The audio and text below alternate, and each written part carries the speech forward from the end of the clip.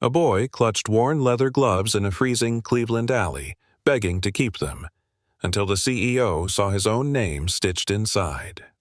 Snow howled through the alley, funneling between the brick walls like a living thing. Landon Pierce pulled his scarf higher, breath forming pale clouds that vanished into the white.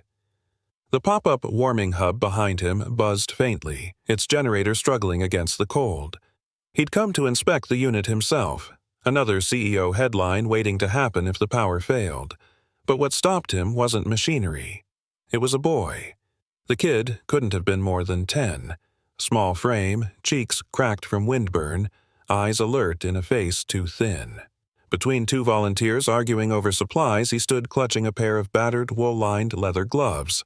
His knuckles were raw, half hidden beneath frayed cuffs. "Sir," one volunteer said, reaching for them, "he can trade those for new ones, thermal-lined, waterproof." The boy shook his head so hard his hood slipped. "No, these are mine."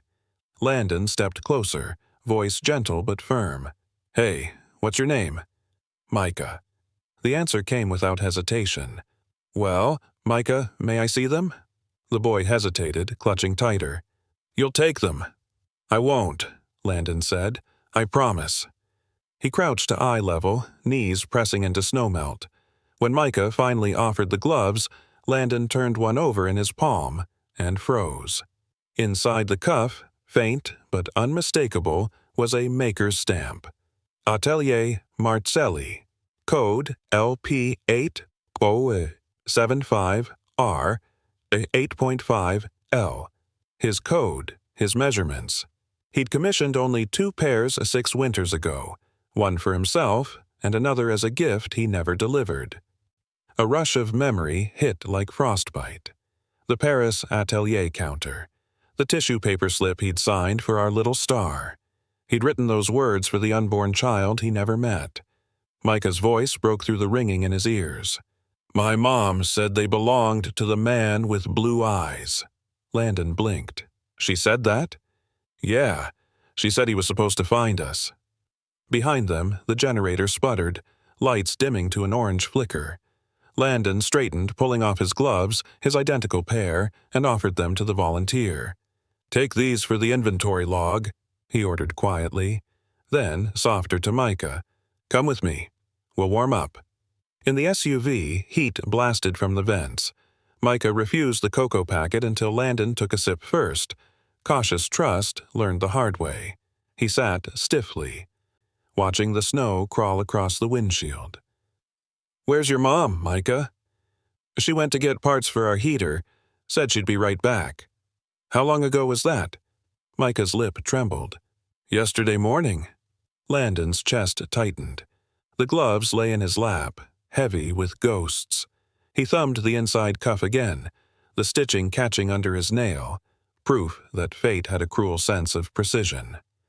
Outside, the storm thickened, erasing tire tracks faster than they could form. Landon adjusted the defroster, eyes flicking to the boy's reflection in the window, small, tired, determined not to cry. "I'll help you find her," Landon said finally. Micah looked up, skeptical.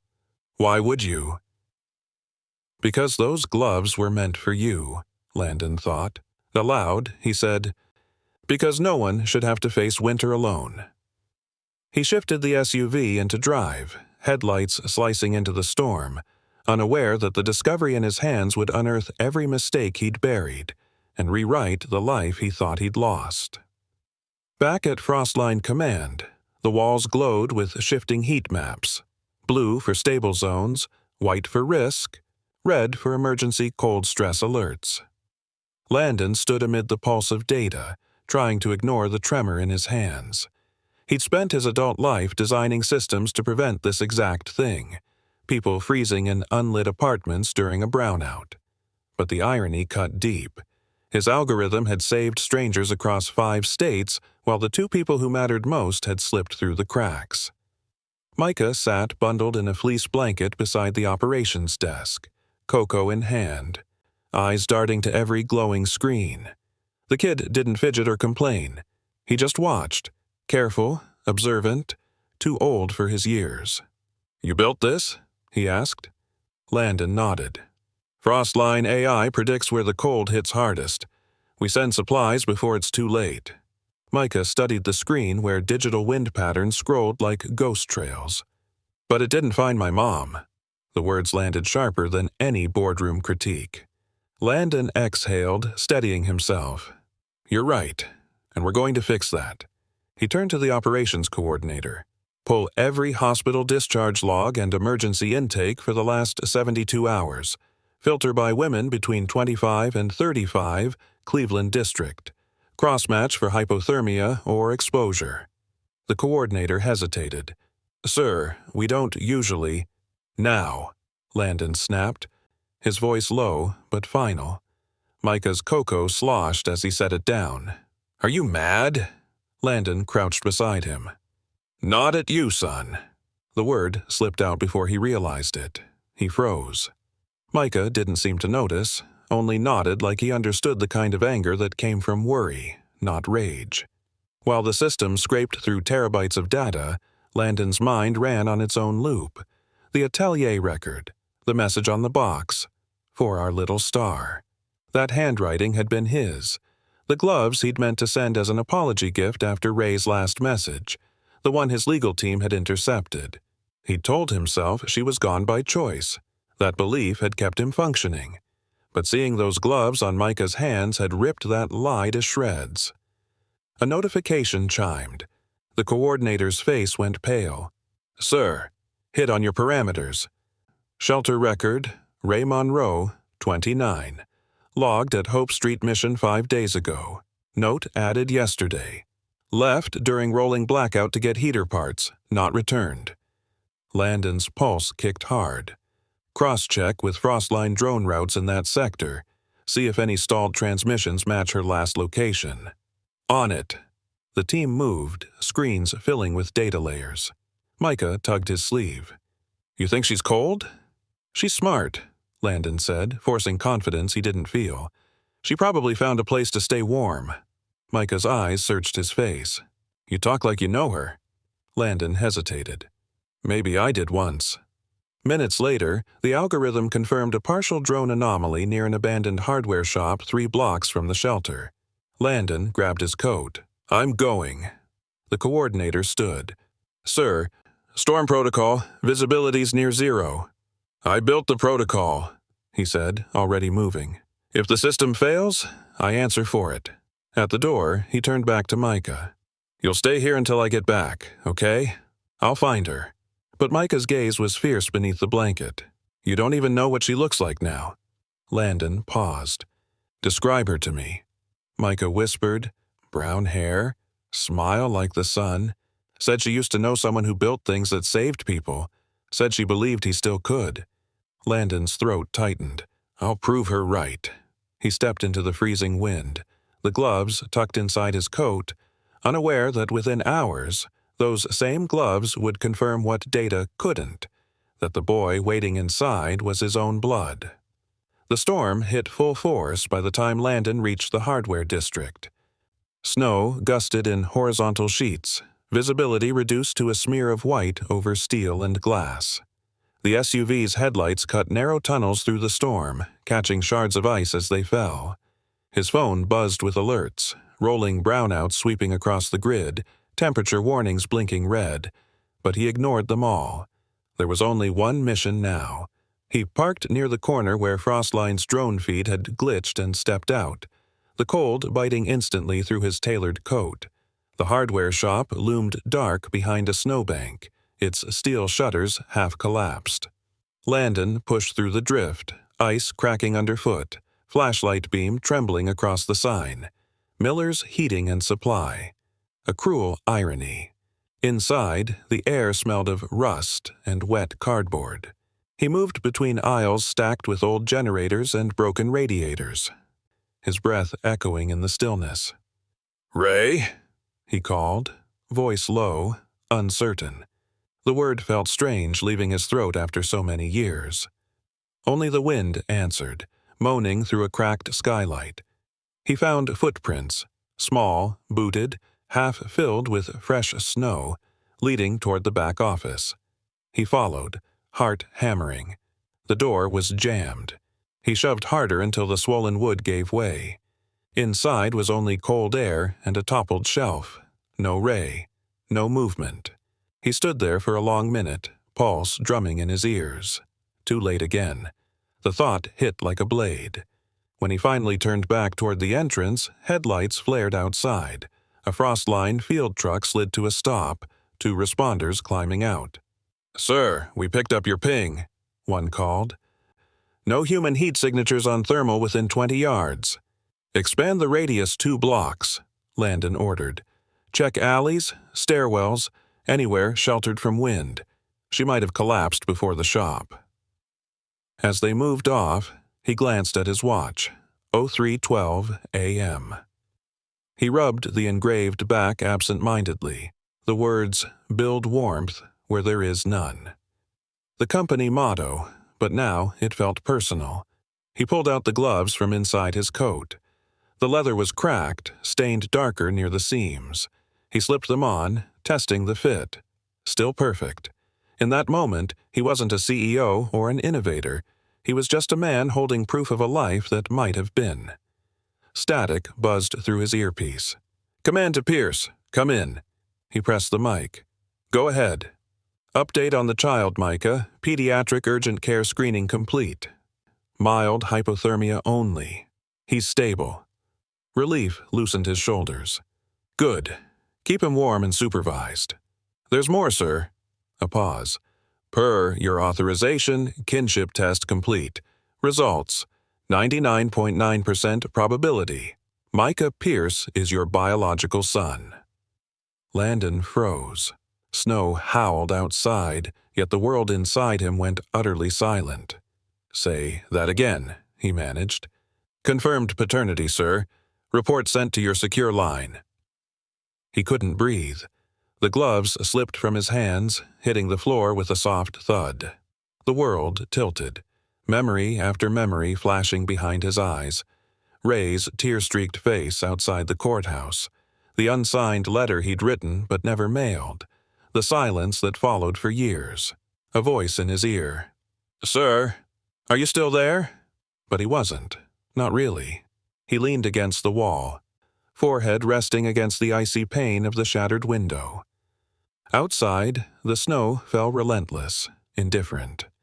He whispered to the glass, his breath fogging the surface. "I found him, Ray. I found our boy." For the first time in years, Landon Pierce, architect of order, control, and logic, felt his world collapse into something human. And in that collapse, something new began to breathe. Landon sat alone in the Frostline Medical Wing's quiet observation room, the storm still raging outside. The glass walls vibrated softly from the wind, faint light bleeding through the blinds. Micah slept in a recovery cot nearby, wrapped in hospital blankets that looked too big for his small frame. A pulse monitor beeped steadily, each beat both a comfort and a judgment. He couldn't take his eyes off the gloves on the table between them. They were still damp from melted snow, one cuff torn, the atelier stamp glinting under the sterile light. The proof was there in ink and code, and now in blood. When the pediatric nurse entered, she spoke softly, respectful. "His vitals are good. He'll need rest, hydration, and stable heat for the next 24 hours." Landon nodded automatically. "I'll make sure of it." The nurse hesitated. "You're the—" He met her gaze. "Father," he said simply. It felt foreign in his mouth, too small a word for the storm inside him. After she left, the silence settled like snow. Micah stirred, half awake, eyes fluttering open. "You found me again," he mumbled, voice cracked from sleep. "Yeah," Landon said quietly. "Didn't mean to scare you before." Micah blinked up at him. "You looked scared, too." Landon almost laughed. Except it wasn't funny. He'd built an empire on predictions, optimization, certainty. Yet the boy who shared his eyes had dismantled it all in a single day. Micah's hand emerged from beneath the blanket. "Can I have the gloves?" Landon hesitated. "They're drying." They always keep me warm, Micah said, small but firm. They're the only ones that feel right. Landon swallowed. You know why they fit so well? Micah tilted his head. Because I made them for you, Landon said softly, before you were even born. Micah's brow furrowed. Then why didn't you give them to me? The question hit harder than any headline or lawsuit. Landon leaned forward, elbows on his knees. Because I thought I'd lost your mom. I thought... He exhaled. I thought there was no way to make it right. Micah studied him, eyes steady, too old for 10. You should have looked harder. Landon didn't argue. You're right. He reached across the table, fingertips brushing the torn cuff. I should have. But I'm here now, and I'm not leaving again. Micah seemed to weigh the words carefully before nodding, accepting them without forgiveness, but without rejection either. That tiny nod felt like oxygen. A knock broke the moment. Frostline's legal liaison, Helen Ortiz, stood at the doorway, tablet in hand. Landon, we need to talk. Not now. It's urgent, she pressed. Media chatter's rising. Someone inside leaked about your field incident.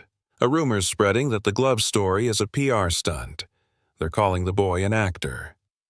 Landon's jaw locked. He's my son. I know, she said gently, but the board doesn't. They're demanding verification and, well, proof of no liability. Child Services might open a review if this goes public wrong. Micah sat up, listening now. They think I'm fake? No, Landon said, his voice controlled but trembling underneath.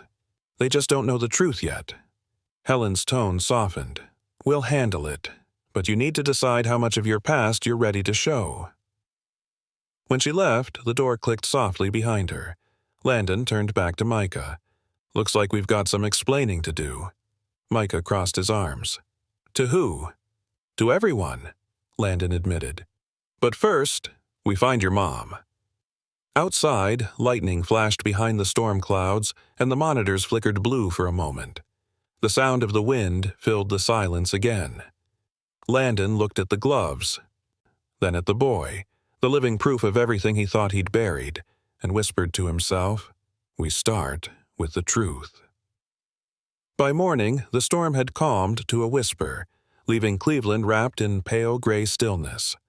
The city looked suspended, like the world was holding its breath.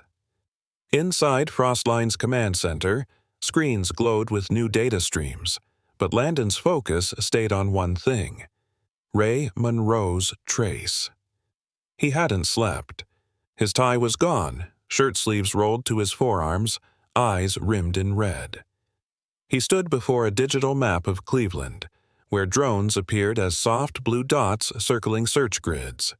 Micah, bundled in a thermal hoodie 2 sizes too big, sat beside him eating cereal from a paper bowl. Every so often the boy's gaze flicked to the gloves on the desk. Patched, drying, irreplaceable. Command. Overlay shelter heat loss models, Landon ordered. A tech adjusted the feed. Wind vectors shifted across the screen, forming cold funnels between neighborhoods. Cross-match with abandoned retail structures, he added. She'd go somewhere with materials, metal, wiring, parts for heaters. Already done, said the tech. We've narrowed it to a 10-block radius. Micah put down his spoon. That's where our old place was, he said quietly. Near the laundromat. Landon looked at him. You remember the street? East 92nd. But it's dark now. Power's been out since Friday. Landon keyed the coordinates into the search grid. The AI recalculated, and a red halo blinked over one block. High probability shelter activity. Heat signature partial, below human threshold. She's there, Micah whispered. He turned to Landon. Hope and fear wrestling behind his eyes. Can I go with you? Landon hesitated. Not this time. You stay here where it's warm. Micah's chin lifted.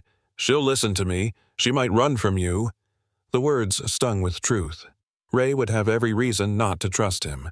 He nodded slowly. You're right, but we'll both go when it's safe. Deal? Micah exhaled and nodded. As he reached for his coat, Helen Ortiz intercepted him near the door.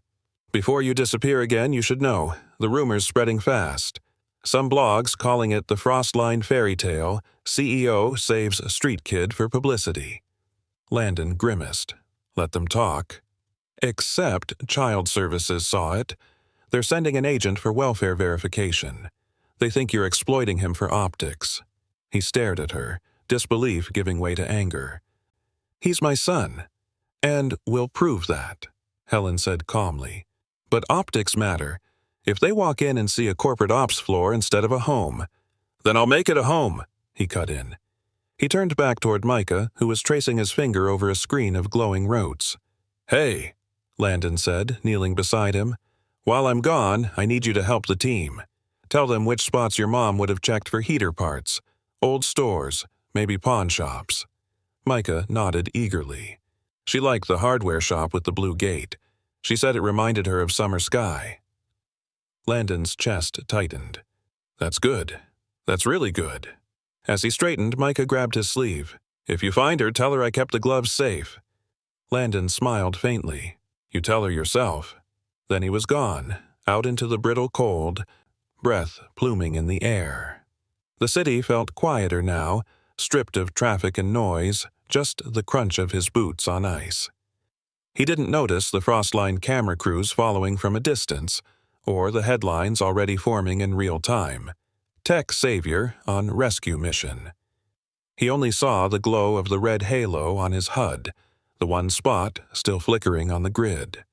When his phone buzzed with an alert, signal reacquired, hardware district, he pressed the accelerator, unaware that the next time he stepped through those doors, truth would come with consequences he wasn't ready for.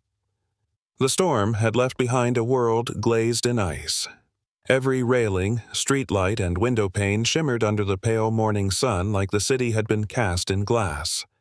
Landon guided the SUV through the slush toward the hardware district, every pothole filled with frozen light.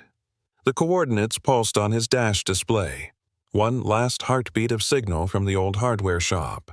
He parked, cut the engine, and stepped out. The silence was unnerving. Only the crunch of ice under his boots and the distant hum of a power substation broke it. He moved fast, ducking under the partially collapsed sign. Inside, light filtered through a cracked skylight, scattering across the floor where old tools lay half buried in frost. "Ray!" His voice echoed against metal and concrete. "It's Landon." He heard it then, a faint sound, softer than the wind. A cough. He followed the noise behind a row of overturned shelves. There, curled up beneath a pile of insulation blankets, was a woman. Her lips were blue, fingers white, a bruise darkening her temple.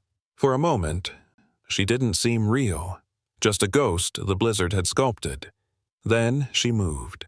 Her eyes opened slightly, focusing on him through the haze. "Landon?" Her voice was raw, nearly broken. "You're real?" He dropped to his knees beside her. "Ray, don't talk. We've got you."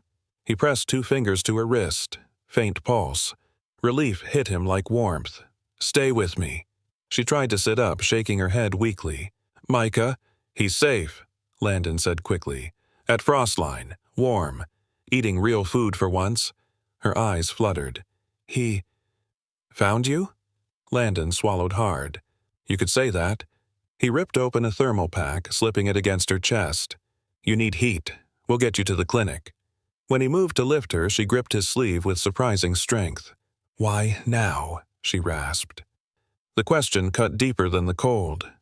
"Because I finally stopped believing the lies."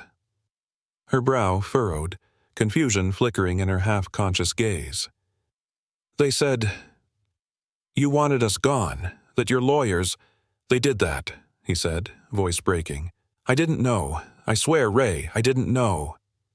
She stared at him for a long second, searching for truth in the tremor of his voice.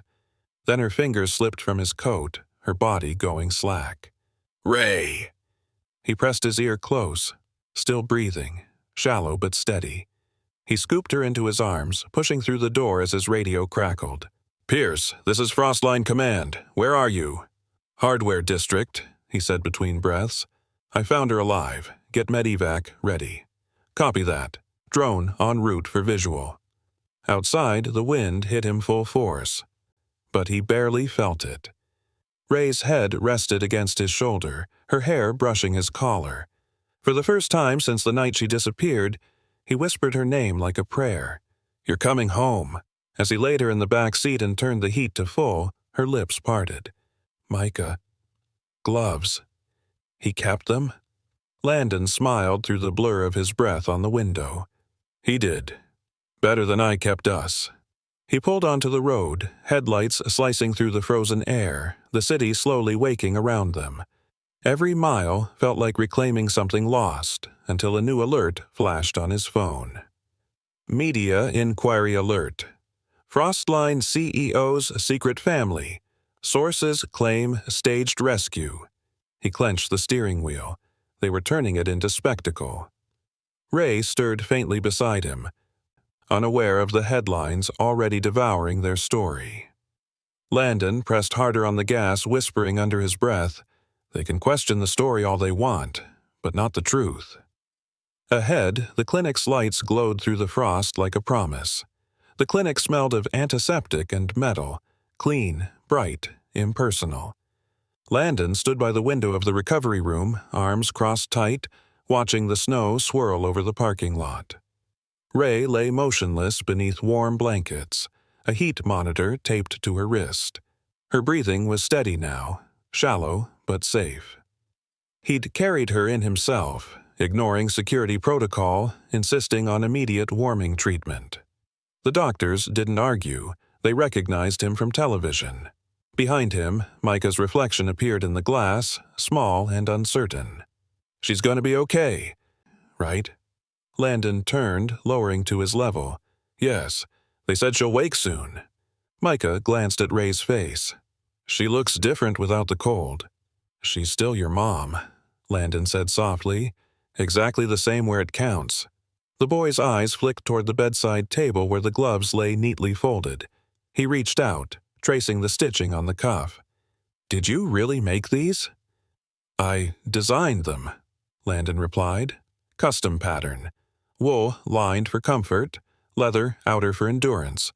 I was supposed to give them to your mom, so she could give them to you. Why didn't you?" Landon hesitated. "Because I trusted the wrong people." He met Micah's gaze. "And because I was afraid I'd already lost you both." Micah didn't say anything. He just nodded slowly, the kind of quiet understanding that didn't belong to a 10-year-old. He took the gloves and slipped them over his hands. They still fit. A soft knock broke the silence. Helen Ortiz stepped in, tablet tucked under one arm. "Press is outside," she said quietly. "Half a dozen outlets. They want a statement." "About what?"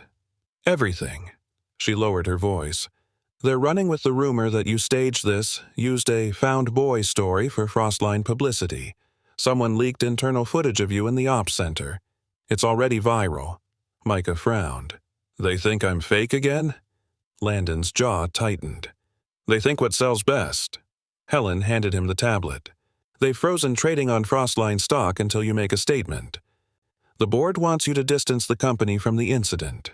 "You mean from my son?" he said coldly. Helen didn't flinch. "You know how they talk." "Well, they can learn new words." He looked down at Micah. "Would you mind waiting with the nurse for a minute?" Micah hesitated, then nodded and slipped out quietly. As soon as the door shut, Landon exhaled hard, rubbing his temples. "How bad?" "Bad," Helen said. "If Child Services gets pressure from the board, they'll step in.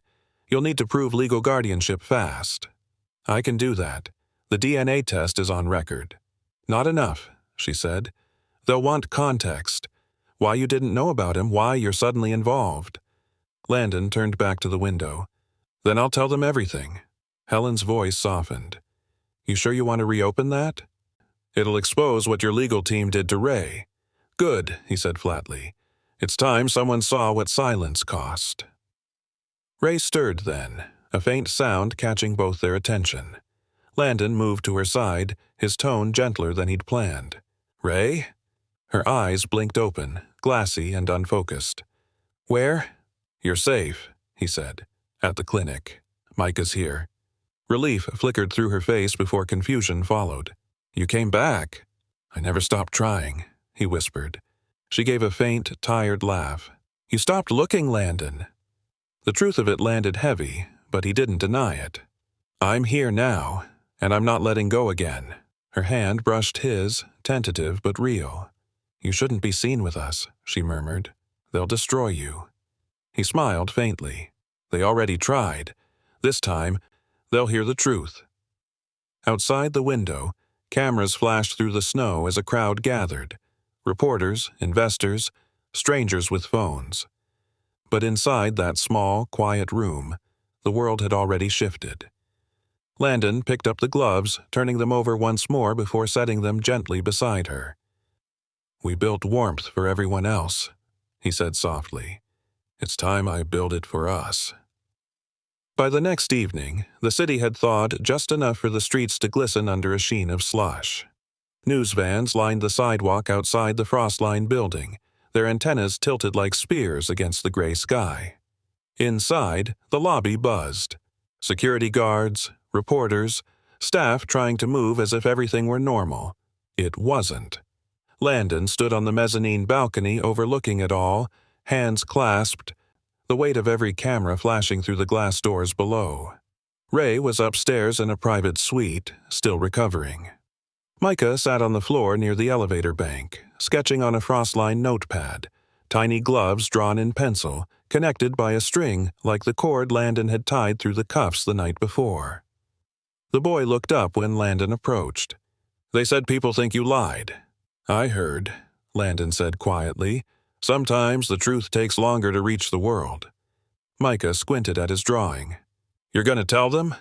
"I'm going to show them." The boardroom on the top floor was already full when he walked in. Frostline's executives filled the long glass table, some avoiding his gaze, others glaring openly. Helen Ortiz sat at the far end beside a stack of legal folders. The air hummed with restrained tension. Chairman David Ames leaned forward. "Landon, this has gone beyond a personal issue. The story's all over the networks. Investors want answers before the market reopens." "Then give them one," Landon said. Ames frowned. "We can't if you keep refusing PR coordination. This child—" Landon cut him off. "His name is Micah." "Fine. Micah. If he's your son, prove it publicly. Release the documents, issue a statement, but keep Frostline out of it." "You mean pretend the company had nothing to do with finding him?" "Exactly," Ames said. "That's our cleanest option." Landon stared at him for a long, cold moment. "You want clean. I want right." He pulled a flash drive from his pocket and slid it across the table. "That's every audit trail from our internal courier system, the same vendor that intercepted Ray's emails years ago. You'll see which executive authorized it." Murmurs rippled through the room. Helen tapped her pen against the table. "He's telling the truth. The data lines up with a compliance contractor used by your office, Mr. Ames." Ames's face darkened. "You can't prove intent." "I can prove obstruction," Landon said, his voice even but edged. "And that obstruction kept a mother and child from receiving essential aid from our own logistics network." Silence, the kind that carries consequence. He continued. "So, here's what happens next. Frostline's AI deployment protocols move to an independent oversight council, clinicians, shelter coordinators, and parents like Ray. Every algorithm goes open audit, every data route transparent. If I have to step aside to make that happen, I will." Gasps broke across the room. Helen looked up sharply. "Landon." He lifted a hand. "You told me once optics matter. Let the optics be integrity." He left before they could respond. Downstairs, the lobby had filled with reporters. Cameras snapped as soon as he appeared. Someone shouted, "Mr. Pierce, did you fabricate your connection to the boy?" Another voice cut through. "Are you resigning as CEO?" Landon stopped halfway down the staircase. Micah stood near the railing below, his notepad clutched tight, wide-eyed but unafraid. Landon's gaze steadied on him before turning to the crowd. "You want the truth?" he said, voice clear enough to still the chaos. "That boy is my son. The gloves you've all seen online? I made them. Years ago. I lost track of him and his mother because of systems I helped build. And the silence I let happen." The crowd quieted, cameras flashing like heartbeat pulses. "If that costs me my title, good. But Frostline will not belong to silence anymore." He didn't wait for applause or questions. He simply descended the rest of the stairs, reached Micah's side, and took his hand. The boy's fingers slipped into his easily, small and sure. "Did it work?" Micah whispered as they pushed through the crowd. Landon smiled faintly. "Not yet, but it will." Outside, the cold bit at their faces again, but this time it felt cleaner, like something new had begun in the air, and for the first time since the storm started, Landon let himself breathe like a man who had stopped running. By the next morning, every headline in America had Landon's name on it. Frostline scandal or redemption story. CEO admits lost son connection. Tech savior faces child services inquiry. In the glass-walled conference lounge of the clinic, Landon sat with his jacket folded neatly over the chair beside him, the gloves resting on the table between two untouched cups of coffee. The storm had passed, but the damage still churned outside. Protesters and supporters crowded the sidewalk, some holding "Let him be a father" signs, others waving corporate accountability posters. The world had chosen sides before he even had a chance to speak. Ray sat across from him now, pale but stronger, her hands wrapped around a steaming mug. The IV had been removed that morning, and warmth was finally returning to her cheeks. Her voice, though still raspy, carried steel. "You're stepping down." "For now," he said simply. "Until the Oversight Council is in place. It's the right thing to do." She studied him, eyes searching his face as if for the man she'd once known. "You built this company from nothing, Landon." "I built it to stop people from freezing," he corrected quietly, "not to protect my ego."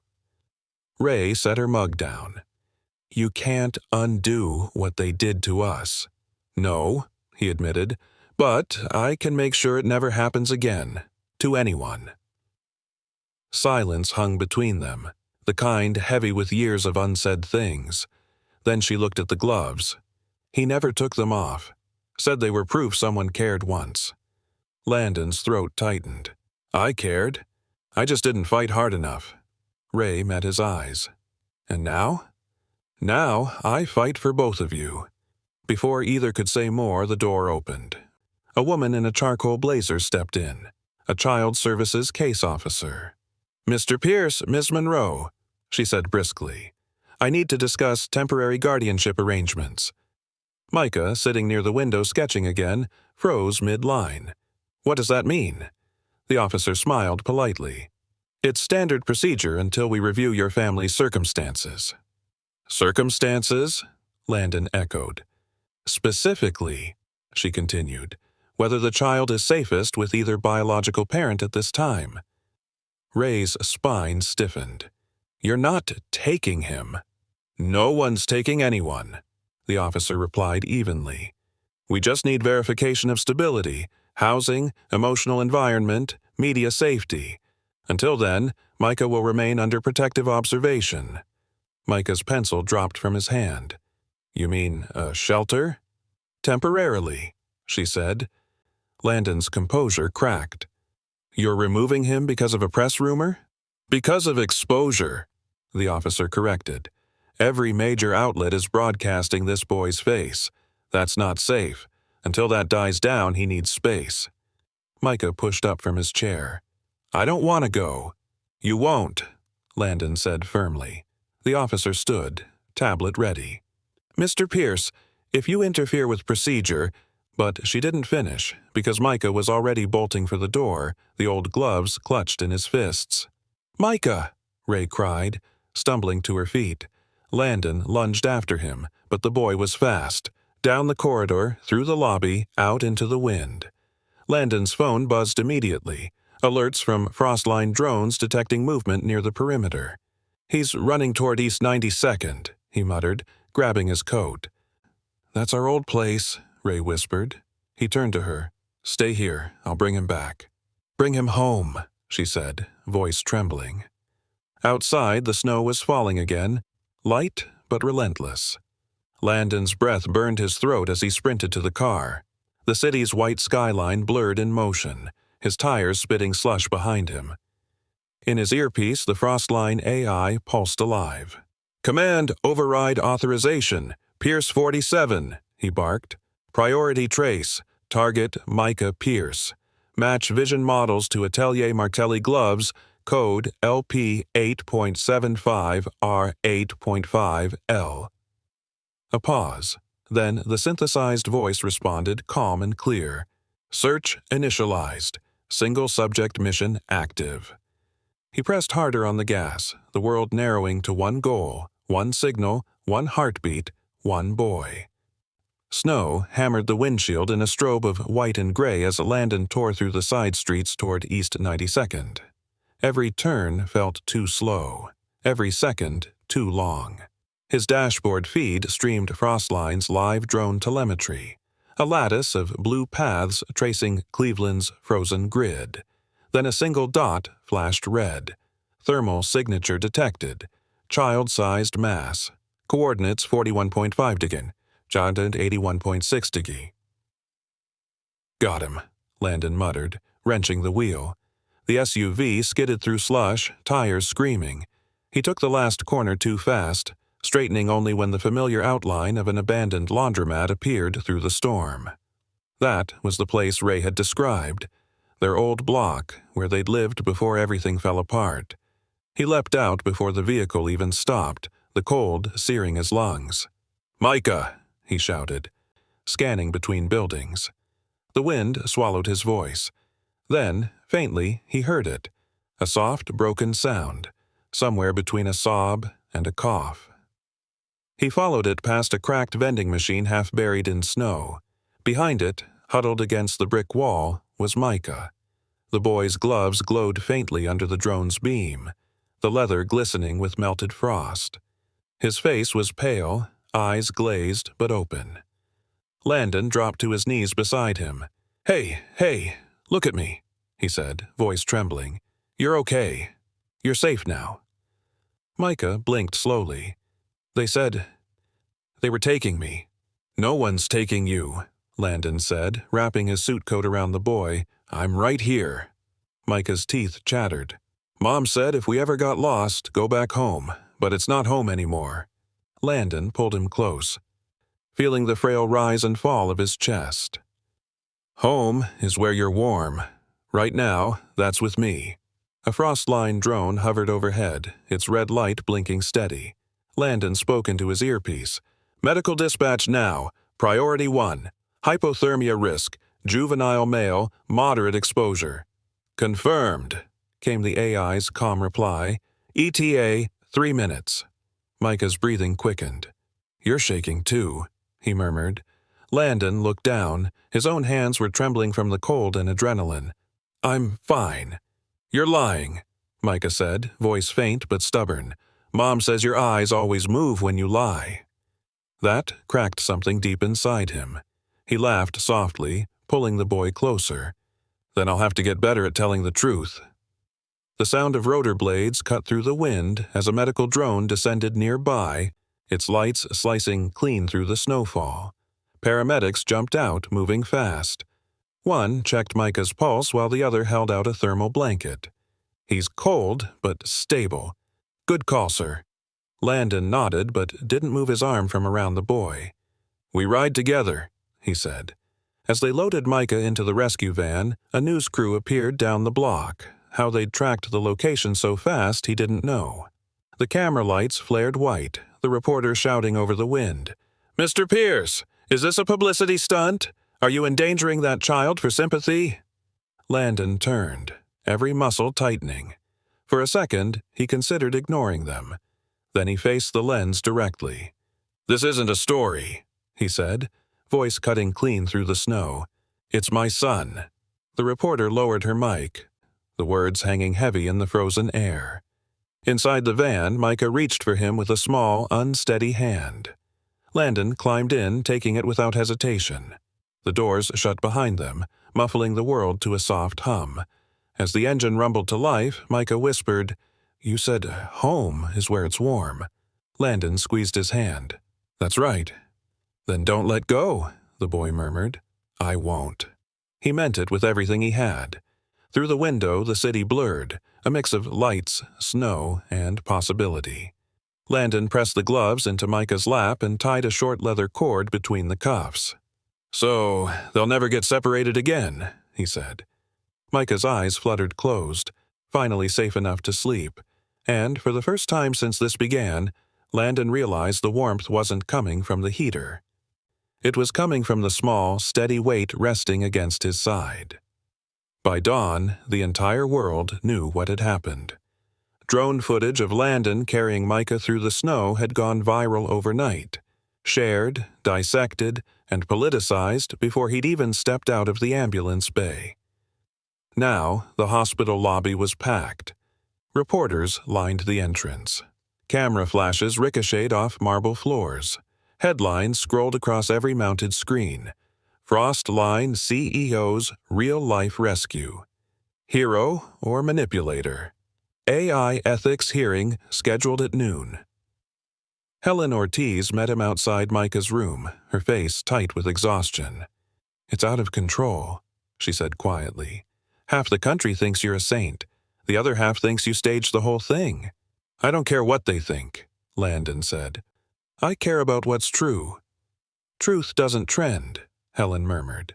She handed him a tablet. "The city council wants you to testify today about Frostline's data ethics. If you don't show up, they'll issue a compliance subpoena." "Then I'll show up." "And child services?" she asked. "They're demanding proof of stability before approving custody. Right now, they're leaning toward temporary foster placement until Ray's cleared for full guardianship." Landon's jaw tightened. He's not leaving this hospital with strangers. Helen sighed. "You're fighting a system built to assume guilt first. I'll keep stalling. Just don't lose your temper in that hearing." He gave a humorless smile. "Temper's all I've got left." When she left, he pushed open Micah's door quietly. The boy sat upright, cheeks pink again, hair tousled. Ray, still pale but stronger, sat beside him adjusting his blanket. Her smile was small, tired, but real. "Hey," Landon said softly. Micah looked up. "They put us on TV." "I noticed." He sat on the edge of the bed. "You okay?" The boy nodded. "Mom says you're in trouble." "Not trouble," Landon said. "Questions." "Because of me?" Landon shook his head firmly. "Because of me. Because I let people use the truth for profit." Ray studied him, cautious but curious. "You're still planning to testify?" "Yes." "They'll drag your name through the mud." "Then maybe something can grow there," he said quietly. The intercom buzzed overhead. "City Council hearing, Chamber 2, beginning in 20 minutes. Ray touched his wrist. "Landon, don't do this to save your image." "I'm not." His gaze dropped to the gloves resting on the chair between them. "I'm doing it to save what's left of my integrity." He stood and looked to Micah. "You stay with your mom, okay? I'll be back soon." Micah frowned. "Promise?" Landon bent down, meeting him eye to eye. "I promise. 10 fingers, no lies." The boy lifted a gloved hand and tapped his father's palm. "All 10." The chamber buzzed with cameras and whispered commentary. Landon walked to the witness stand in a charcoal coat, gloves tucked into his pocket. Every flashbulb captured the hollow under his eyes, the rawness of sleepless nights. The chairwoman cleared her throat. "Mr. Pierce." The council convened to address accusations that Frostline manipulated distribution data to favor high-profile zones and that your recent rescue incident was staged to repair the company's image. How do you respond? Landon adjusted the microphone. "I respond with accountability." He reached into his pocket, setting the gloves on the table under the light. "These were made 6 years ago. They were supposed to reach my son through Frostline's distribution line. They didn't, because one of our contractors diverted the package for optics testing. That was the first failure. Every failure since has been mine for not seeing it sooner." A murmur rippled through the room. He continued, steady but unflinching. "So, yes, I used AI to find him. I redirected drones. I broke a few rules, but those rules were written to protect profit margins, not people. Frostline was never supposed to be about quarterly reports. It was supposed to be about warmth." The chairwoman leaned forward. "And what do you propose now?" Landon took a breath. "Public oversight, independent audit council, parents like Ray Monroe deciding where aid goes, not algorithms alone. I'm stepping back as CEO until that's built." Gasps erupted from the gallery. One reporter whispered, "He's resigning on live feed." Landon ignored it. "If it costs me my position to prove we can be better, then so be it, because no child should have to beg for warmth when a company like mine exists."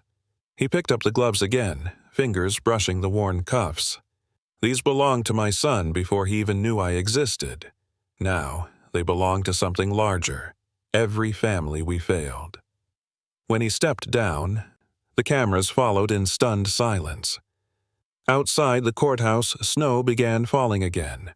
Quiet, forgiving, as if the world itself was trying to cool the fever of public judgment. Back in the hospital, Micah watched the broadcast replay on a tablet. He turned to Ray. "He really did it."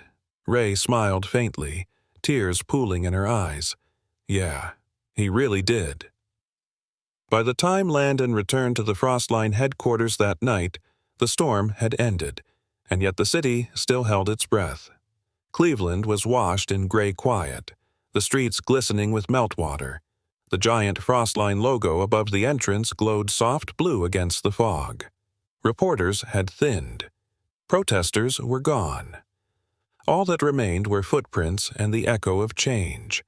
Inside, the lobby lights were dimmed, the hum of servers a steady heartbeat. Helen Ortiz waited by the reception desk, coat over her arm, her expression unreadable. "They aired your testimony on every major network," she said. "Half the board resigned within the hour." Landon nodded, unsurprised. "Good. Let the ones who stayed mean it." Helen hesitated, studying him. "You realize you just made Frostline the first tech firm to put power in the hands of citizens? You might have started a movement." He gave a tired half-smile. "I didn't start anything. The truth did." She exhaled. "You should get some rest. Ray's discharge paperwork is ready. The hospital's transferring both of them to your brownstone tomorrow. It meets all child services standards." He raised an eyebrow. "That was fast." She shrugged. "You'd be surprised how quickly bureaucracy moves when the whole country's watching." He nodded his thanks, but Helen lingered. "One more thing," she said. "You've still got a chance to spin this into a redemption arc. Interviews, press tours—" "No," Landon interrupted gently. "No more spin. The story doesn't belong to me anymore." Helen studied him for a beat, then smiled faintly. "You really mean that, don't you?" "For once, yeah," he said. "Completely." Upstairs, he found Micah sitting cross-legged on the office floor, the gloves between his knees. Ray, now steady on her feet, leaned against the window watching the city lights shimmer across the lake.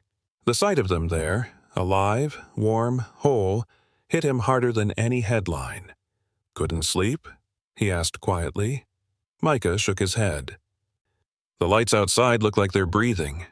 "That's the harbor fog," Ray said, smiling faintly. "I used to tell him the city was dreaming when the fog rolled in." "Still does," Micah said, yawning. Landon sat beside them, picking up one glove.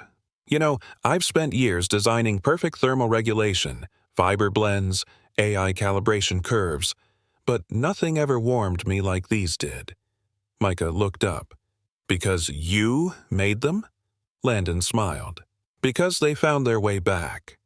Ray turned from the window, her gaze softening. "You really meant what you said on camera today?" "Every word. And if they strip you of everything, then I'll build again," he said simply, this time with the right foundation. She studied him for a long moment, then nodded slowly. Micah needs stability, Landon, not headlines. I know. Can you give him that? He met her eyes. I'll spend the rest of my life trying. Ray looked at the gloves, tracing the stitched code inside the cuff. LP, she whispered. You even marked them with your initials. Landon chuckled softly. Back then, it was ego. Now it just stands for Love Permanent. Micah wrinkled his nose. That's cheesy. It's supposed to be, Landon said, pulling the boy closer. The best things usually are. For a long while, the three of them sat in silence, just the hum of the servers, the whisper of the heater, the faint rattle of the wind against the glass. Outside, a Frostline drone glided past the window, its searchlight no longer scanning for distress, but guiding safely home. Micah broke the silence first. Mom says tomorrow we get to live somewhere with real walls. Landon smiled. Yeah, somewhere warm. Can we bring the gloves? They go wherever we go, Landon said. They're part of the family now. Ray's laughter was soft, tired, but full of life. Part of the family, she echoed. He glanced down at the gloves once more, their frayed edges illuminated by the city glow. For the first time, they didn't look like remnants of guilt. They looked like proof that something broken could still hold warmth. And, outside Frostline's walls, Cleveland exhaled, as if the city itself believed it. Morning light spilled through the Frostline brownstone's tall windows, catching on the framed photos Ray had arranged overnight. Small, imperfect, real. The city beyond was quiet, the lake a sheet of silver under a thawing sky. Landon stood in the kitchen, sleeves rolled up, trying and failing to make pancakes. Batter streaked his wristwatch, and the spatula had already surrendered to gravity twice. Micah sat at the island grinning, chin propped on his hands. You're supposed to flip them fast, he coached. I am flipping them fast, Landon said. They just refuse to cooperate. Ray, leaning in the doorway, hid a smile. He's brilliant with algorithms, hopeless with breakfast. I heard that, Landon muttered, scraping another pancake into the trash. The scent of coffee filled the room. For a moment, there was no press, no lawsuits, no headlines, just sunlight, laughter, and the quiet hum of a home rediscovering itself. Micah tugged at the cord linking his gloves. Do we have to keep them tied? Yes, Landon said. That way you'll never lose one. Micah rolled his eyes. What if I want to lose one? Ray stepped in, smiling softly. Then you'll remember why you shouldn't. Landon poured the last of the batter. You know, he said, glancing between them, I used to think legacy was measured in patents and partnerships. But it's this, right here. Ray arched a brow. Cold pancakes? Warm company, he corrected. Before she could respond, his phone buzzed. Helen's name flashed on the screen. He answered reluctantly. Tell me it's good news. It's better, she said. The council approved your oversight proposal. Effective immediately. Frostline's public branch will be led by independent representatives, parents, field workers, shelter directors. And there's something else. What's that? They're naming the initiative after your statement yesterday. He frowned. Which statement? Helen smiled through the line. No one should freeze alone. He didn't speak for a moment, then quietly, Thank you, Helen. When he hung up, Ray studied his face. So, it's done? It's beginning, he said. Later that afternoon, they walked to the community center where Frostline had set up its first Fit First hub, a pilot station for distributing AI-matched gloves, scarves, and thermal kits. Children lined up inside, laughing as scanners measured their hands and automatically printed perfect fits. On the far wall hung a banner, the 10-finger pledge. Every hand deserves warmth. Micah tugged at Landon's coat. That's your thing, right? It's ours, Landon said. You helped test it. A volunteer handed Micah a fresh pair of gloves, perfectly sized. He slid them on, flexing his fingers. They fit better than the old ones. Ray knelt beside him, eyes misting. That's because these were made for you now, not just for the idea of you. Landon placed a hand on both of their shoulders. We'll keep the old ones safe, he said. They started all this. He took the weathered gloves from his coat pocket, still bound by the little leather cord. They deserve a home, too. That evening, back at the brownstone, he mounted a small shadow box on the living room wall. Inside, under soft light, lay the frayed gloves and a photograph printed from Frostline's archive. An image of that alley outside the warming hub, where a boy once stood clutching them against the cold. On a metal plate beneath, Ray engraved the words, "For M, all 10 fingers, always, Dad." Micah stared at the display, eyes wide. So they don't get lost again? Landon nodded. Never again. Ray slipped her hand into his. You really mean to keep building like this, don't you? With community, not code, he said softly. For once, I want Frostline to feel human. The heater clicked on, filling the house with a low hum. Snow began to fall outside, soft and unhurried. Micah pressed his gloved hand against the window, leaving a faint print in the frost. They fit, he said simply. Landon smiled, wrapping an arm around Ray as he watched their son trace patterns in the glass. Yeah, he murmured. They finally do. Winter came full circle 1 year later. The air over Lake Erie shimmered pale and silver, the kind of cold that bit at the edges but didn't wound anymore. At Frostline's new community hub, a renovated warehouse near the waterfront, children bundled in bright coats laughed as the volunteers scanned their hands, printing gloves in every size and color. The 10-finger pledge had gone national. Every station was locally run, every shipment routed by parents and field workers, not algorithms. Landon stood near the entrance, a thermos of coffee warming his palms. He wore no tie, no cameras trailed him. Just a man in a wool coat, blending easily into the crowd he once only viewed through data feeds. Ray joined him, her cheeks rosy from the wind. She'd cut her hair short and now worked full-time as a consultant for community shelters. Fit First kits hit 3,000 distributions this week, she said, pride softening her smile. He nodded. And not a single cold stress report from the target blocks. Looks like your legacy turned out exactly as it should. Our legacy, he corrected. You're the one who taught them where warmth actually belongs. A ripple of laughter drew their attention. Micah stood by a table of younger kids, helping them adjust their new gloves. He'd grown taller, voice a little deeper, confidence steady as sunlight. A volunteer handed him a clipboard. Can you check this batch, Micah? On it, he said, scribbling like a pro. Landon watched, his chest tight with quiet pride. He doesn't flinch from responsibility, he said softly. He runs toward it. Ray smiled. Wonder where he got that. Inside, a local news crew was filming the event. Nothing flashy, just a community segment. The reporter approached Landon. Microphone lowered in respect. Mr. Pierce, do you mind a few words for our closing shot? He hesitated, then nodded. The camera light blinked on, soft and unobtrusive. A year ago, the reporter began, you were the face of a controversy. Now you're the architect of reform. What changed? Landon looked past the lens toward Micah, who was kneeling to help a little girl tighten her glove cord. I stopped building systems that measured efficiency, he said, and started building ones that measured care. The reporter smiled. And the gloves that began all this? He reached into his coat pocket and held up a small photo, Micah in that alley, clutching the old pair. They're framed at home, he said. I kept the imperfections. They remind me what we almost lost.